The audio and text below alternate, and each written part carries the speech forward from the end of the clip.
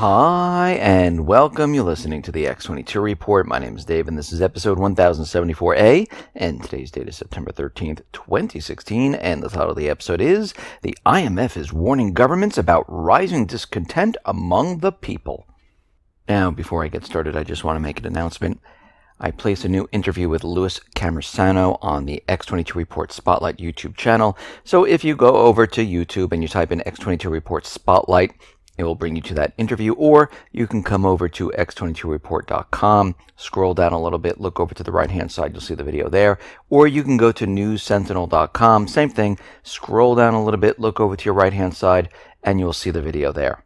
Let's get into the economic collapse financial news. What a day on the market today. The market is down once again. Yesterday, we saw the market pushed up by the high-frequency traders, the plunge protection team, erased all losses. Today we see the market back down again. Now, we need to watch this situation very closely on what the market is doing, because if we see the market start to deteriorate very quickly, collapse by 3, 5, 6, 700 points, and increase as time goes on, just like we saw back in 2008, the situation is going to get much, much worse. Gold actually was holding its own at this point.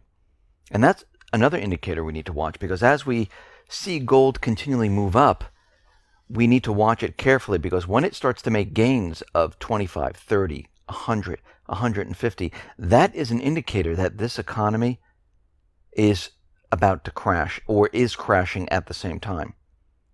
And I know these central banks, they continually pull out different rabbits from their hat. They are continually trying to keep this system operational, keep the illusion alive. But we know with every illusion, illusions disintegrate. It's proven over history. Throughout history, we have seen this time and time again. It just doesn't work.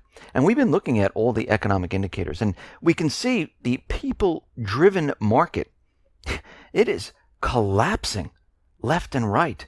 Everything the central bankers have set up cannot support what the people do, because the people actually really have the final say.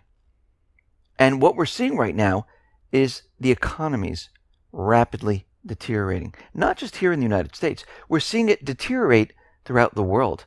Actually, a U.S. think tank, they're putting out a warning that Australia's housing market is around 6 weeks away from a housing collapse.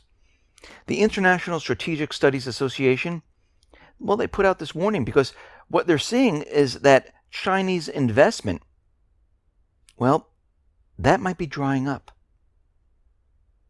Because the efforts to restrict the Chinese investment in Australia real estate, that could send prices tumbling.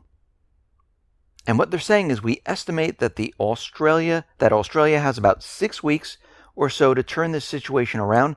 Otherwise, there would be a massive hit on property valuations and the building trades. And we know that these markets, they are bubbles. That's pretty much what they are.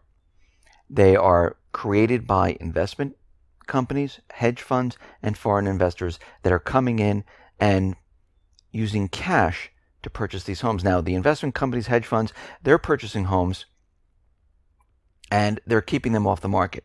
They're buying thousands of them.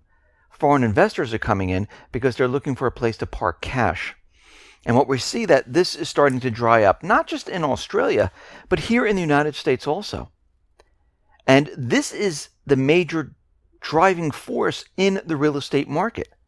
The people actually are sitting on the sidelines.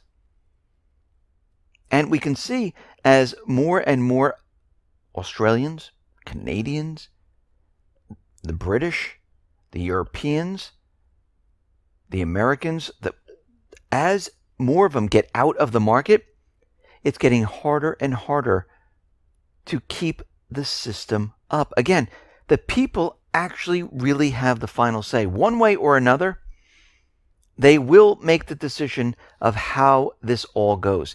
Think about the subprime security crisis back in 07, 08.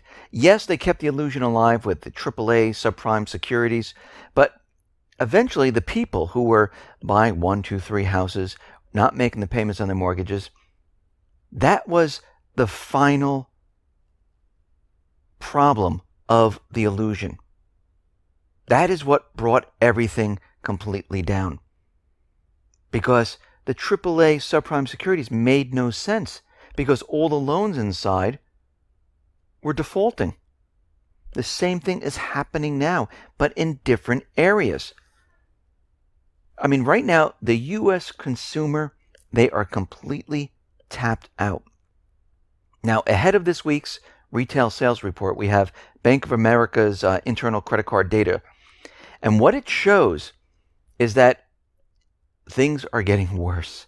They are not getting better. Now, we already saw a weakening in July retail sales based on both the Bank of American credit card data, the Census Bureau figures, and based on Bank of America, we see retail sales, ex-autos, fell by 0.1% month-to-month in August.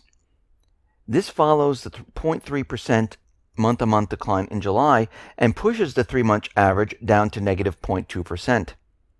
Now, the number would have been worse if Bank of America had not decided to adjust their data from the bankruptcy of Sports Authority and the closures of all their stores. And we can see right now when we look at the data, we see that the back-to-school sales, well, they haven't done very well. The spending on teen retail and young adult clothing has performed very poorly. We see department stores. We see auto sales not doing well. And when we look at this year on year, we see gasoline stations, they're down negative 12.2%. Home improvement stores are down negative 0.6%. Home goods is down negative 2.1%. Teen and young adult clothing is down negative 3.4%. Electronics down negative 1.5%. Department stores are down negative 4.6%. Furniture sales down negative 1.5%. So what we're seeing right now is that the everyday person, they're tapped out. And it looks like the central bankers are not getting what they want. They want people to spend because this is a service economy. This is a spending economy. We already know it's not a manufacturing economy. So they need people to spend. The problem is they can't force people to spend if they don't have discretionary funds. And this is why we see stores closing down, strip malls being emptied, and the situation is getting worse because more and more people are being laid off. As more and more people are getting laid off, they don't have the funds to spend. It's that simple. And this most likely is going to be a catalyst to bring down the entire system. We see the Baltic Dry Index. It hit over 800 points. It is down to 796. And we can see when we look at the Baltic Dry Index, it is in a downward trajectory. It's already dropping. And this is the raw material that is used to create these goods that are shipped out to the markets. And when people aren't purchasing, there's no reason for manufacturers to manufacture. If they're not going to manufacture, they don't need the raw material. And this is what we're seeing. We're seeing FBN. They're warning that buy the dead cat bounce at your own risk. According to O'Hara, there is simply not enough convincing evidence to buy the dip. And he's warning there are rough days ahead. We see Atlanta Fed President Lockhart. Well, he'll be resigning February 28th, 2017. He is the president of the Atlanta Fed. And we can see right now that this situation where the economy is collapsing, deteriorating, imploding is getting worse. Because we see the head of the International Monetary Fund, Christine Lagarde. She is already out there telling politicians that they're a problem with trade. They're a problem, and they are creating economic barriers. What is she talking about? Well, she's talking about the TTIP, the TPP. She is saying that these politicians in government throughout Europe, in the United States, that they are putting up these barriers, and they are a threat to global trade. And what is happening right now is that the central banks corporations, they want their TPP, the TTIP, passed because it gives them power. And they're getting nervous because when you look at France, you look at Germany, you look at the UK, they're all looking at this saying, and the other European nations, they're all looking at this and saying, you know something? We don't want this. Even here in the United States, people are looking at this saying, we don't want this. And they're getting very nervous. Christine Lagarde is also saying that we have major problems around the world because she is urging governments to take heed of the rising discontent and economic insecurity in the advanced world. That governments in the developed world should focus their attention on boosting support for low-income workers and reducing inequality. What are they worried about? They're worried about the people rising up. Now, what's very interesting about this is that the central banks and all these governments, they created this entire system. They created the wealth inequality. They created all this, and now they're looking at it saying, uh-oh, we might be having major, major problems. Because they're looking at this saying that the people are becoming angry. The people are becoming upset. And when looking at this, and she's looking at this report called the McKinsey Report, the McKinsey Report says that there's a growing sense among citizens that the central banks lack control, that the system is somehow against them. Now, we realize the central banks, they never cared about the people. Their mandate is not to the people. It's to themselves. It's to profit. It's to debt. It's to control. And what the central banks are worried about, they are worried about the people catching on, that the central banks created this problem. The central bank are the cause of this problem. And this is why you're hearing the call come out from Christine Lagarde from the IMF saying we have major problems here.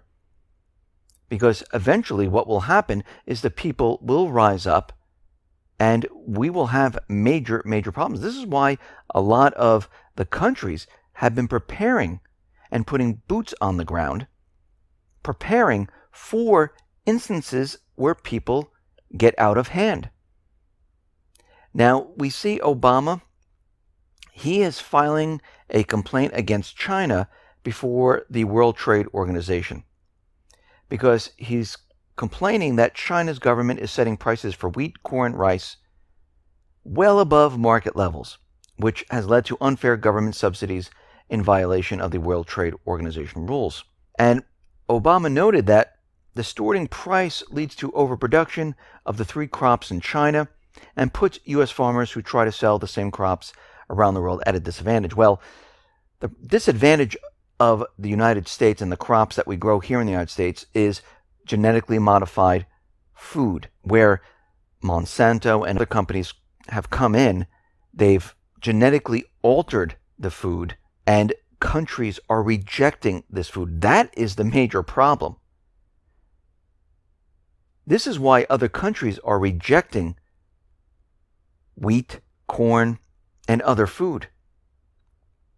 And we can see as we move forward in this, more and more countries are going to be looking at this situation and saying, you know something, we don't want this food either. And that is going to spread. But of course, what he's doing right now is he's provoking China in a certain way. And he's also saying, well, if we had the Trans-Pacific Partnership, this would expand the opportunities for farmers. Well, what he's saying is that it will force countries to take the GMO food from the United States, even if they don't want it. That's what the TPP does. And we can see right now, they want full control of the world. They want control of countries, what they can accept, not accept, control of wages, control of everything. They have been working on this for a very long time. And what they're seeing right now is that the people are not accepting it. And this is a problem for them. Listen, everyone, thanks a lot for listening. Be well, be safe, and especially be prepared. Thanks a lot.